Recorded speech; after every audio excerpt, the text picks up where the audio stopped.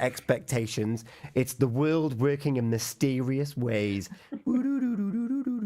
If you just joined us, it is Healthy Minds, Better Lives. It's not long gone 10:30. We're talking about kind of setting our year up, intentions, resolutions, expectation management.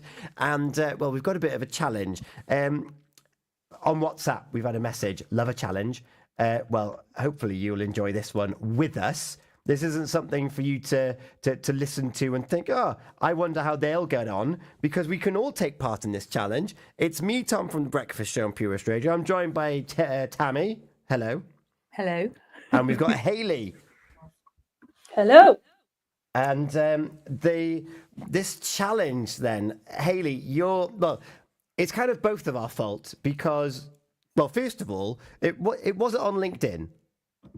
Facebook, I believe it was. Okay, I'm gonna good, because I'm gonna give myself half a mark, because the reason it came about is because we were both working over the Christmas period. We were those people. We didn't necessarily have to either, but some things just carry on going, and if you're feeling productive, you get it done. And what you started opening the show, Hayley, with talking about over the Christmas period, and you were like, yeah, I was up, I did my fitness, I had my 2 hours of focused time on the business and on work, and then that meant that you could partition the day, and you could be more deliberate with your time. So give us a sense then, Hayley, of what that period was like, that 2 weeks. For me, it meant that I was progressing in things I'd been putting off for a while in business because of other priorities. It meant not feeling guilty working and not playing with the kids, or not, I know my kids are older, but not feeling guilty while being with the kids and not doing business. Because at that time, the kids were in bed anyway. So I got teenagers, so they don't get up before 10. I felt focused because I'd done my exercise. I had one thing to do per day. So I know, Tom, you and I like to do 12 things at the same time. Yes. And I think the key was doing one thing, putting that time in my diary, and not letting in any guilt or frustration around not being able to be somewhere else at the same time.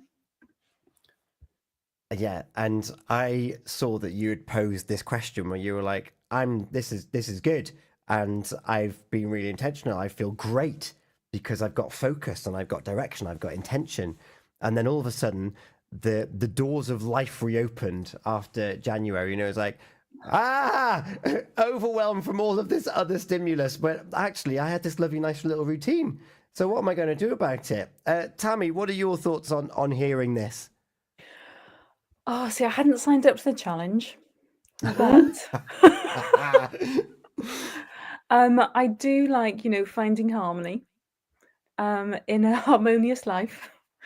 So I do like the idea, jokes aside, without being playful. I do like the idea of setting aside time where you can just, whether it's unplug or practice mindfulness or manage your time or make that time for you, work smarter, however however it's labeled for you. I like that, and I like the idea of having that routine. And I think it's a good it just resets. It helps us work smarter as well, not harder. But again, as you say, school routine kicks in, as did for you on Monday, Hayley, and that time that you were using so wisely for yourself is just thrown out of kilter. So it's about reclaiming it. So yeah, I do like a challenge. Or watching you do a challenge. I'll rephrase that. Because like that Christmas period was great because I was able because I was on air, so I was doing the breakfast show, which meant that I was in this place, which meant that a lot of the duties that I got to do, I could just do, and I could crack on, I could sort it out. The problem is, in a media organisation in particular, is that when everyone goes back to work, everyone then wants something completed.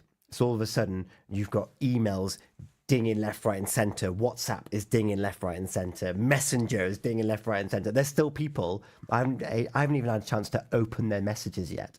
In the last couple of days, and it's like this is very different to what I was doing before. And then, of course, I'm going home knowing that I've got unopened messages. Am I then showing up completely when I walk back through my house door? And this is why the challenge caught my attention when Hayley mentioned it. And I was like, actually, because I haven't been able to deal with that within the predetermined moments of times, am I actually getting quality time, or is it just physical time? And is that good enough? And is good enough for those around me? Which is why, Hayley, that's very much what's caught my interest with this. And I suppose this is very much, we're quite goal and work focused. So we like to achieve those things. We like to tick those things off. But I suppose for other people, they may have other intentions. Yes, and I think we need to really be thinking 360 here when it comes to this, because this is not a challenge that if you fail, it's a bad thing. This is about, if you fail, you learn what's not working. So I want to start with self-expectations, because something you just said there, Tom, is you, and I think you and I operate in the same way here, you will expect yourself to finish everything that lands on your desk and everything that crosses your path. You will expect yourself to do it all. Mm-hmm. Oh, there's very And I much, think, yeah. so we're already at a loss because we have that expectation, and we are going to allow people to intrude on our time and our peace because we are going to get whatever work they throw at us done. So I want to start with understanding the self-expectations. What are you expecting of yourself? Good or bad? You know, do you expect yourself to, do you allow yourself to relax? Do you expect yourself to relax if you give yourself that time? So there's a couple of questions there. What I might do, Tom, I don't know if I'll get a chance tonight, but I'll get a sheet together for the challenge, specifically for the challenge. I love that. Okay. I love an activity book. Yes, just a little one. So we have some questions to start with. Where in your life do you need balance? So I want you to think about that. What's not working? I'm going to add in another question. What does balance look like? Nice. Don't forget that. Yes, because if you don't do that. Writing it down so it makes it onto the activity sheet. Yes.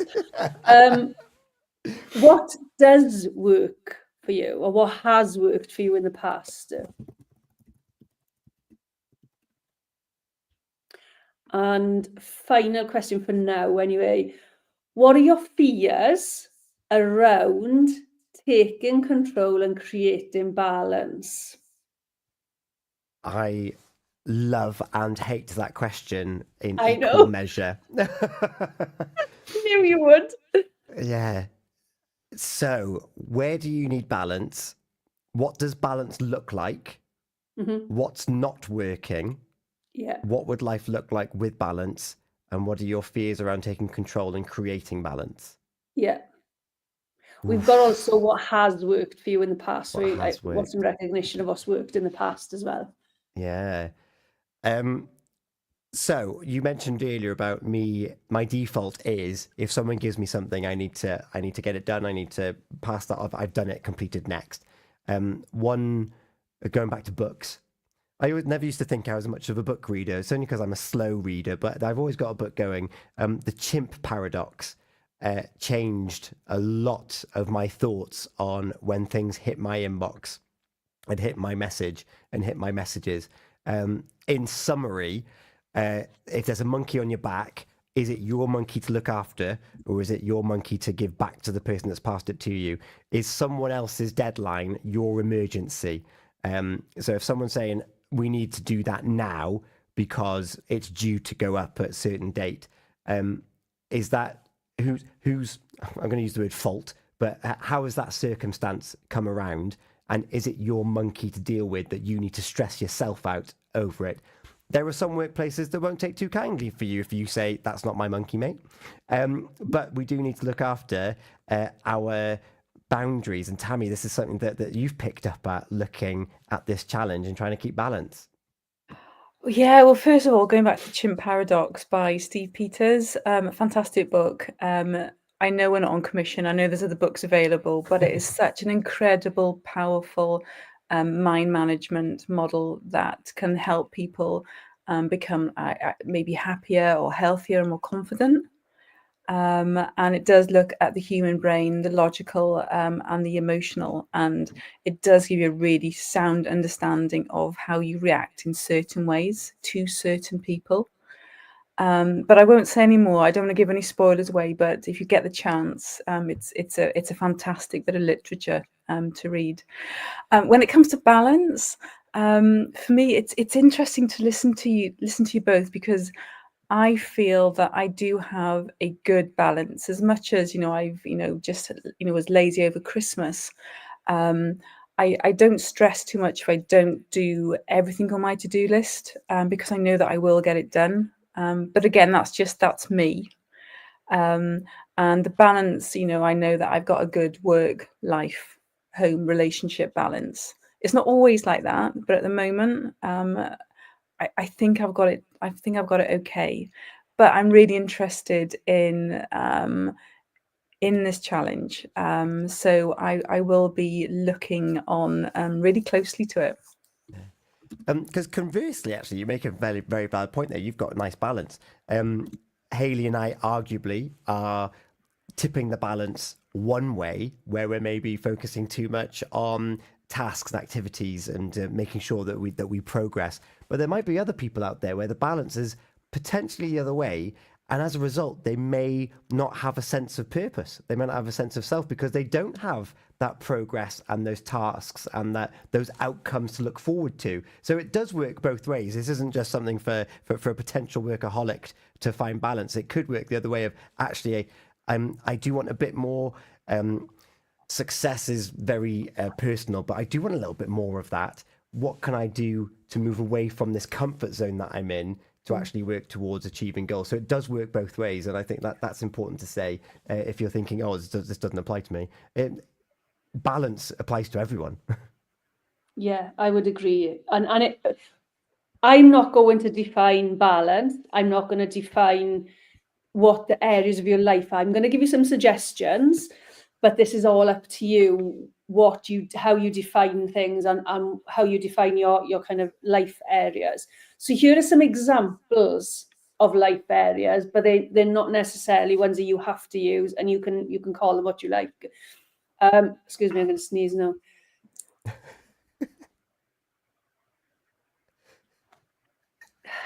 It's very gracefully done. That was a really quiet sneeze, if it was. Bless you. There's still more to come, you wait. I always sneeze in twos. I usually sneeze in tens. Right, quickly do this bit quick before. Yeah. So these are just suggested life areas. There are more you can add. You don't have to use them all. You can just use a couple. It's completely up to you. So please don't think this is me telling you what to use, but please, use them if you want to. This is the main one for me, self. Very few people put self in when they talk about life areas. So self can be personal development. It can be just self. I'm going to look after me. Health, I think that's a really good one. It can be quite broad if you want to split it: physical health, emotional health, spiritual health, mental health. You can split it down like that as well. Relationships, you can also then go a little bit more in depth in terms of, it might be that your relationship with your partner, it could be with your children, it could be with family, it can be, you can decide how deep you go with that. Professional, career, business, education, even under that. Hobbies, lifestyle. I have to put traveling because I desperately want to travel more this year. But it could be things like how you want to show up in your life as well. So have a think about what those look like. And I'll do this worksheet. I may get a chance to get it done tomorrow, but if not, I'll get it over the weekend. But here come the considerations. Okay. Barriers or limitations to getting this right. The first one, Tom mentioned this earlier, guilt. I think this is going to be the one that knocks us off course, especially with Tom and myself, knowing what I know about us both, how we feel responsible for getting everything done. That's a mindset shift that's got to happen. Mindset is another. Expectations is a potential barrier or limitation. Intention could be a barrier, or it could be something that drives you. Frustration, lack of or connection might drive you, or it could knock you off course as well. So those are kind of the ideas around the challenge. So what we're looking for is getting more intentional about setting up your days in a way where you get quality time in each area of your life, whatever you define those as. You can have 2, 4, 6, it doesn't matter how many there are, but finding that balance. It doesn't have, I'm not going to give you a way of doing it, but I would suggest you start with answering those questions so you understand what it all means first, and then spending time each day to look at where are you throwing away time. Social media. Who is stealing your time? And what is it that you want to achieve? What kind of thing at the end of this? How do you want to feel about it? How do you want to feel by what you've done? So by next show, which is the second Thursday of February, I haven't got the date to hand. The 13th of February. Oh, the 13th! It's not Friday, luckily. It's not. But by then, we're going to have a bit of a touch point to see how we're going with this. If you are struggling, you can email POS Radio, and Tom can throw them my way, or deal with them or whatever, and we can help you get back on track. Along with the questions and stuff I've done tonight, I will do a little bit of a worksheet which will help you keep on track as well. So if you've got any questions now, pop them in the group. Yeah, you can send us an email, studio@purewestradio.com. We'll share it on our socials and we'll add it to the Healthy Minds pages on the website. This is something we can all do together, which kind of encapsulates everything that we've talked about, looking at this new year, looking at intentions, expectations, and actually being deliberate and communicating with ourselves and with those around us. This is where I kind of want to look at. One thing that didn't get the opportunity to talk about earlier on was kind of accountability buddies and things like that, which is something that may help with this going forward. But for now, it's coming up to 11 o'clock. The challenge has been set over on WhatsApp. What have I got here? I've got, this is going to be hard. Okay, quality time. What is that? Lol. So that's the start from WhatsApp. And over on YouTube, Archie just simply says, this is so good. So thank you, Archie, for watching along.